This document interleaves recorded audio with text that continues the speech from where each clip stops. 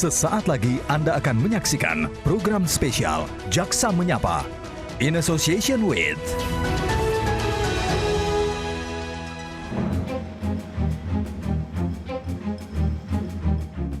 COVID-19 tengah menjadi pandemi global yang mewabah di seluruh dunia.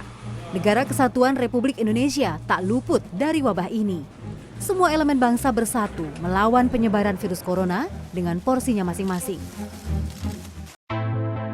Salah satu yang berperan aktif melawan pandemi COVID-19 adalah Kejaksaan Agung Republik Indonesia.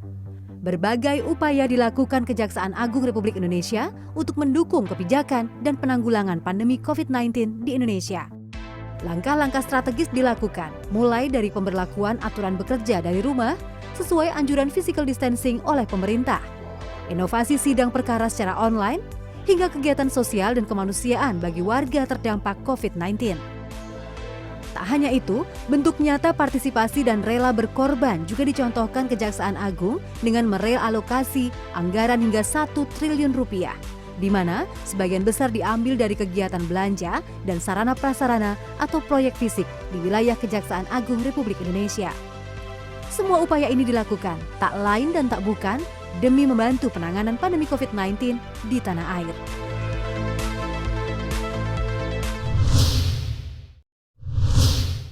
Halo, selamat bergabung dalam spesial program Jaksa Menyapa bersama saya Dea Kartika. Dunia sedang menghadapi pandemi COVID-19. Di Indonesia, semua pihak berjibaku melawan dan meredam penyebaran virus corona.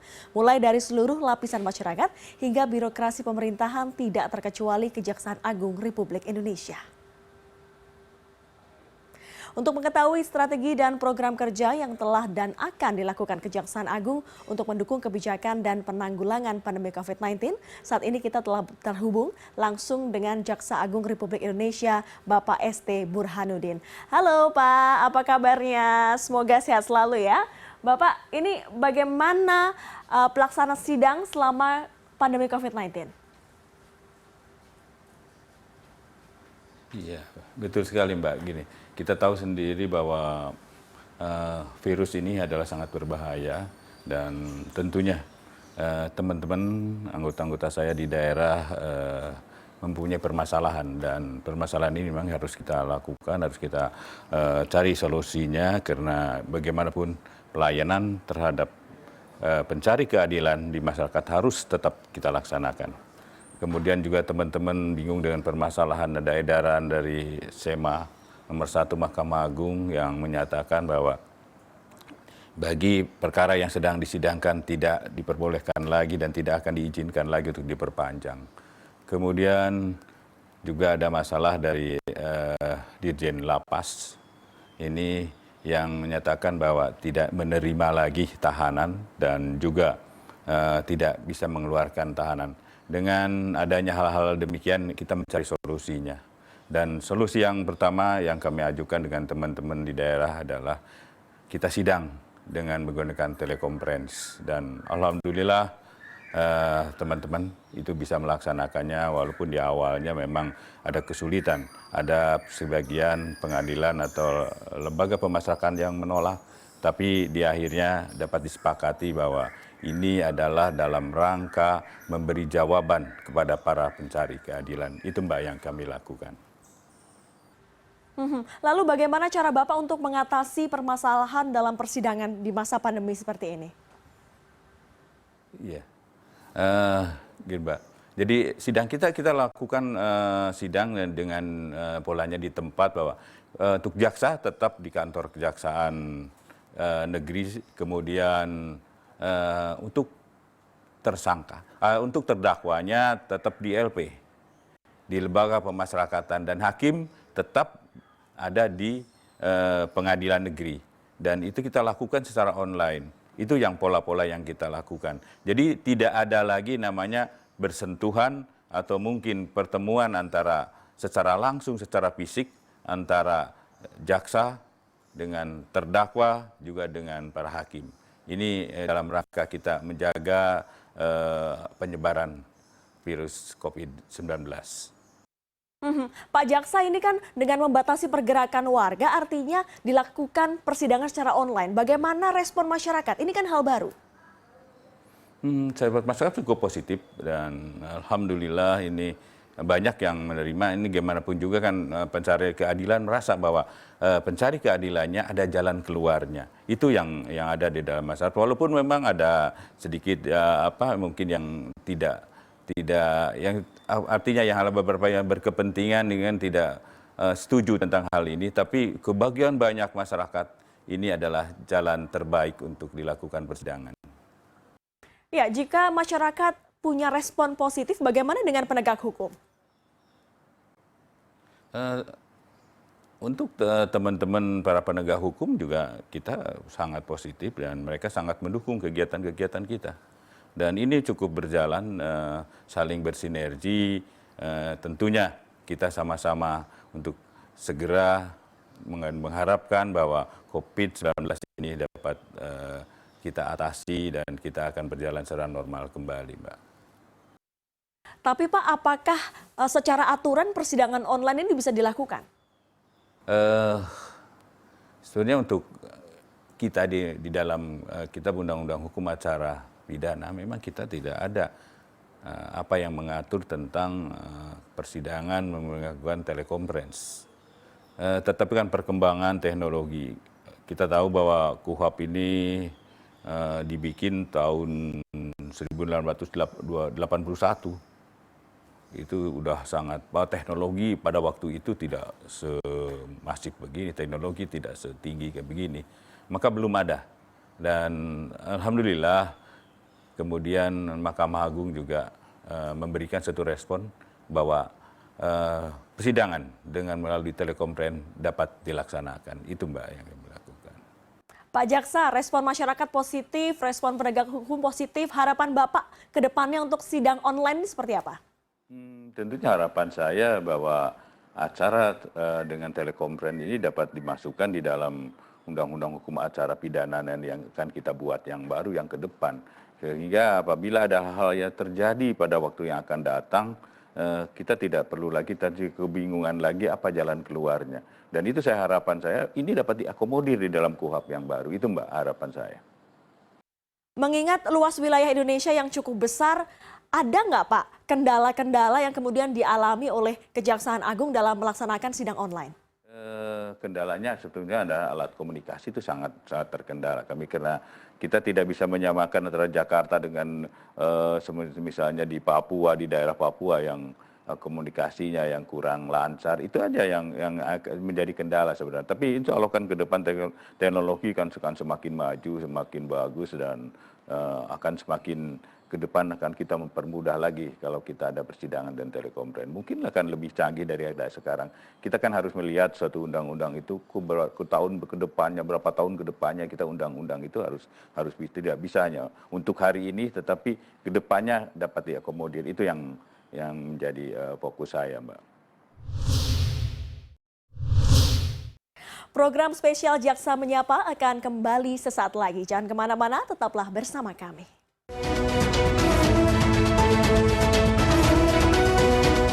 In association with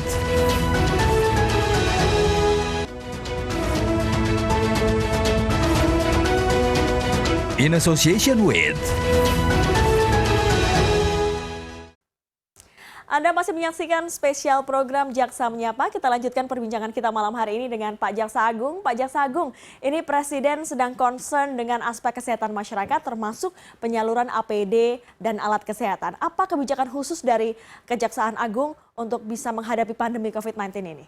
Iya Mbak, sebenarnya kebijakan yang sifatnya sebenarnya umum aja. Tetapi kondisi ini adalah kondisi darurat. Tentunya kalau ada perbuatan tidak pidana di situ, ada aturannya. Kita akan mempertegas lagi dan akan kita perberat. Ini adalah sudah diatur dalam undang-undang dalam kondisi darurat. Apabila ada satu tindak pidana, pasti akan lakukan kita maksimalkan untuk tuntutannya. Itu Mbak.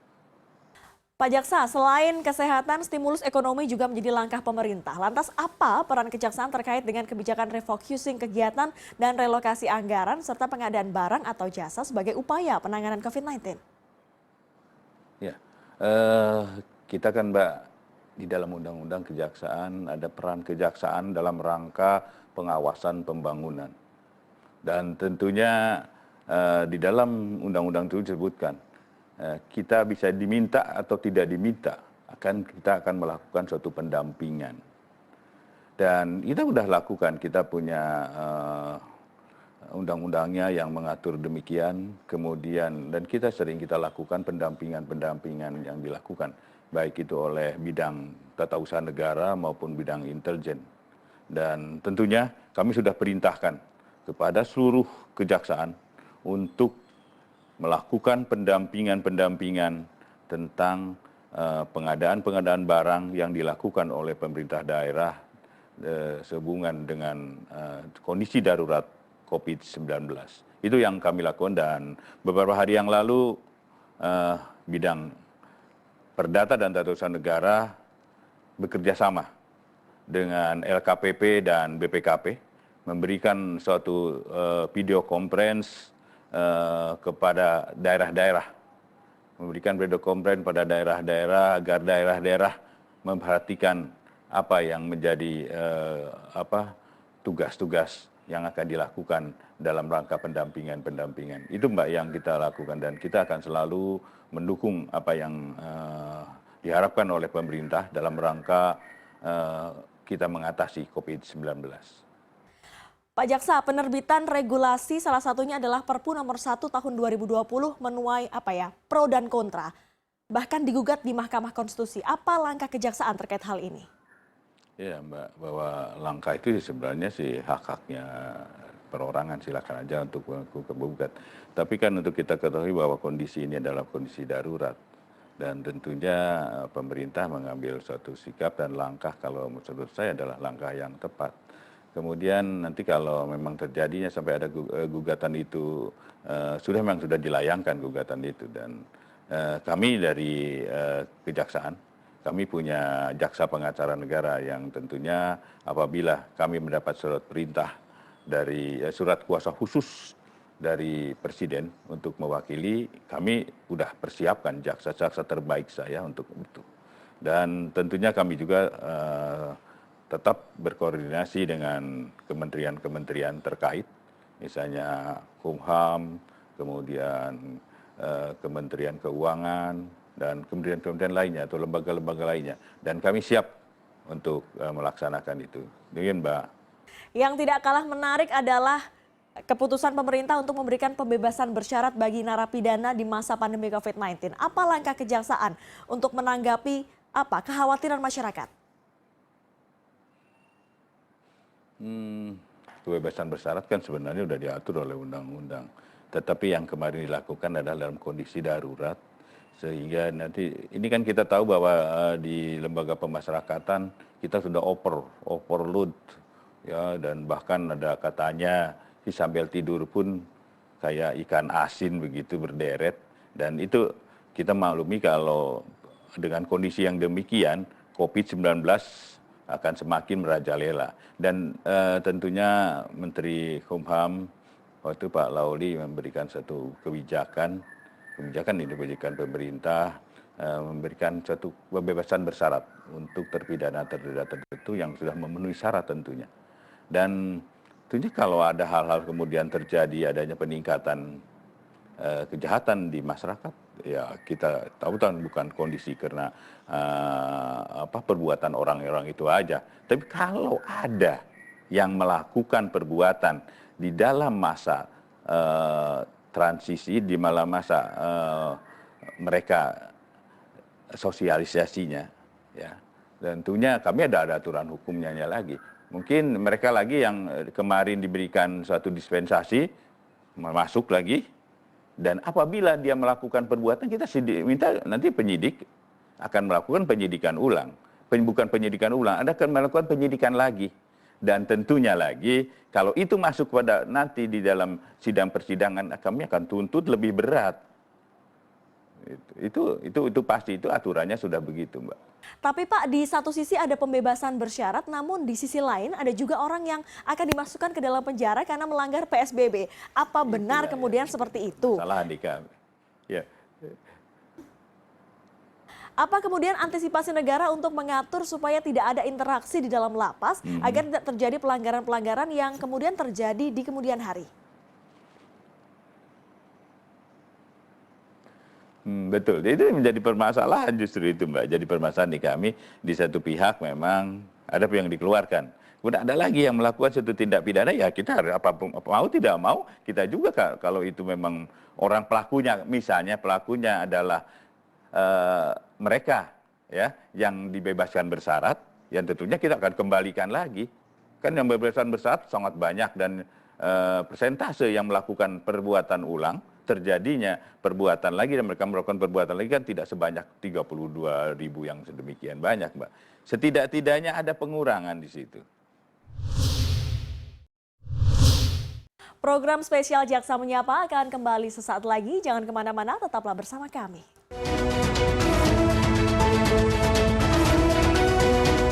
In association with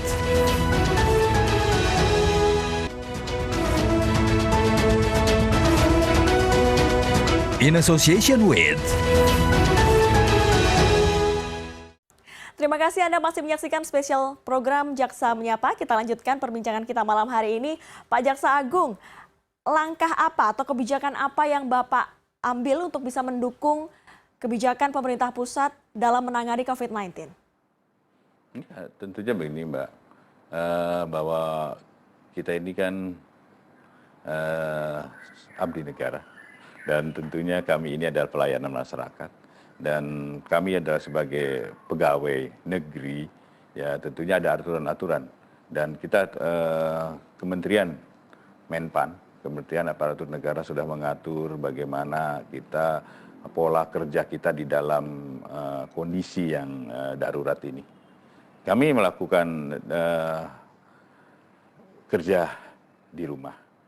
Kita juga melakukan itu, Mbak. Tapi kita karena ini kami adalah suatu lembaga yang mempunyai kewajiban melayani masyarakat. Kita juga akan bagi-bagi juga, Mbak.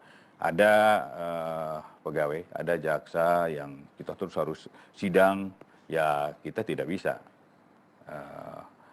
bekerja di rumah. Tapi kita ini yang kerja di lapangan. Kita bagi-bagi aja. Mana tugas-tugas yang bisa dikerjakan dari rumah, mana tugas-tugas yang tidak bisa dikerjakan dari rumah. Dan kita bagi dalam 2 shift pekerjaan itu. Dengan teman-teman yang administrasi yang bisa kita tunda pekerjaannya atau bukan ditunda. Atau bisa dikerjakan dari rumah.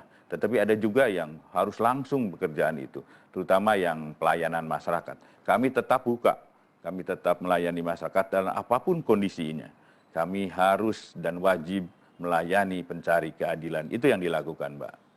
Lantas bagaimana Bapak memastikan kinerja aparatur kejaksaan yang work from home maupun yang kerja di kantor, Pak? Tentunya gini, Mbak. Kita bekerja di rumah pun kita pakai video conference, kita bisa pakai Zoom, kita lakukan tetap. Jadi sebenarnya tidak ada permasalahan-permasalahan yang terlalu berarti dengan itu. Cuma kita ini akan sedikit memang terkendala kalau kita di kantor kan kita bisa langsung. Ada permasalahan sedikit kita bisa kumpul. Cuma kalau di sini kendalanya memang peralatan. Tapi semua kita sudah ada peralatan, cuma kecepatan akan berbeda dengan apabila kita bekerja di kantor. Itu aja, Mbak. Sebenarnya tidak ada masalah dengan pelaksanaan tugas-tugas. Itu, Mbak. Dengan pelayanan work from home atau pelayanan yang bisa dilakukan di kantor, apa sudah dipikirkan terobosan-terobosan apa yang dilakukan di masa pandemi? Begini, Mbak. Kalau inovasi itu bukan hanya dalam kondisi yang COVID-19 aja. Tapi inovasi itu tetap kita lakukan di luar kondisi yang darurat ini juga. Misalnya kita melakukan pelayanan kepada masyarakat, misalnya tilang. Kita melakukan komunikasi dengan video conference untuk pelayanan sidang tilangnya gitu. Kemudian dan bahkan nanti SIM-nya juga kita bisa antar.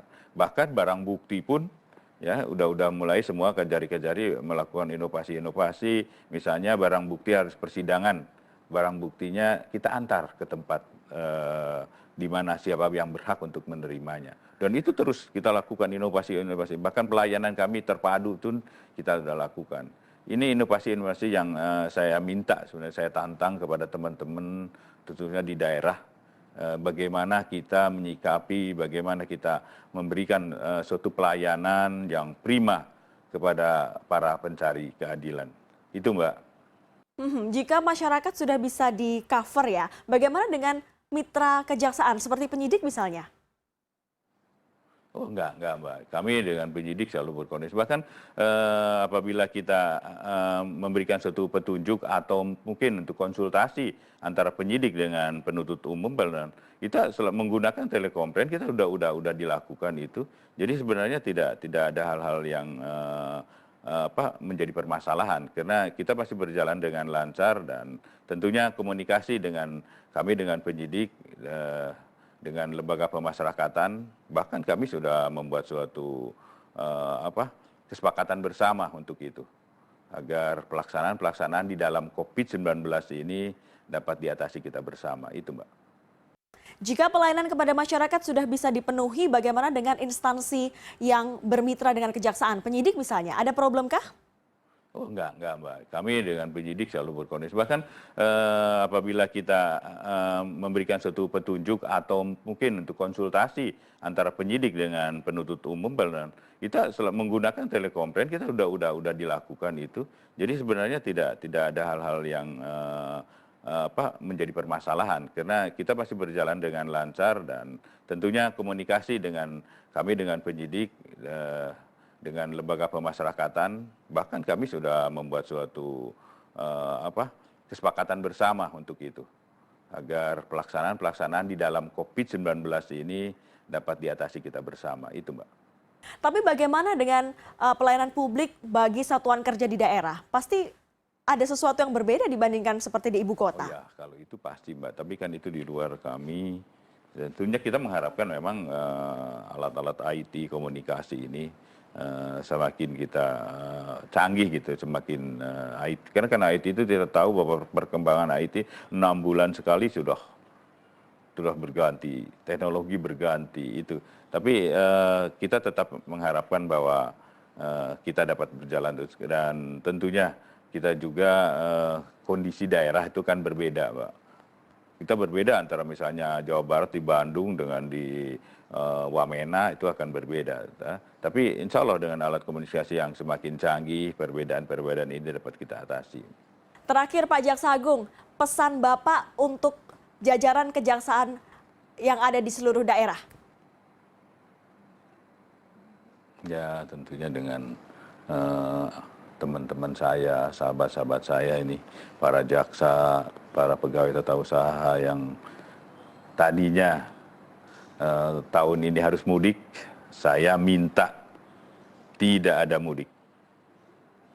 Tetap di tempat, laksanakan pekerjaan dengan sebaik-baiknya, lakukan pelayanan masyarakat yang sebaik-baiknya, mudiknya ditunda dulu. Itu yang harapan yang pertama, dan tentunya dalam rangka kita besok melaksanakan ibadah puasa. Saya mengharapkan dan meminta maaf apabila dalam rangka kita melaksanakan tugas-tugas ada hal-hal yang mungkin kurang berkenan, kami mohon maaf dan selamat menjalankan ibadah puasa. Baik, terima kasih perbincangannya malam hari ini Bapak Jaksa Agung, semoga Anda selalu sehat. Demikian perbincangan kita bersama Jaksa Agung ST Burhanuddin dalam program spesial Jaksa Menyapa kali ini. Saya Dea Kartika pamit undur diri, terima kasih atas kebersamaan Anda, sampai jumpa.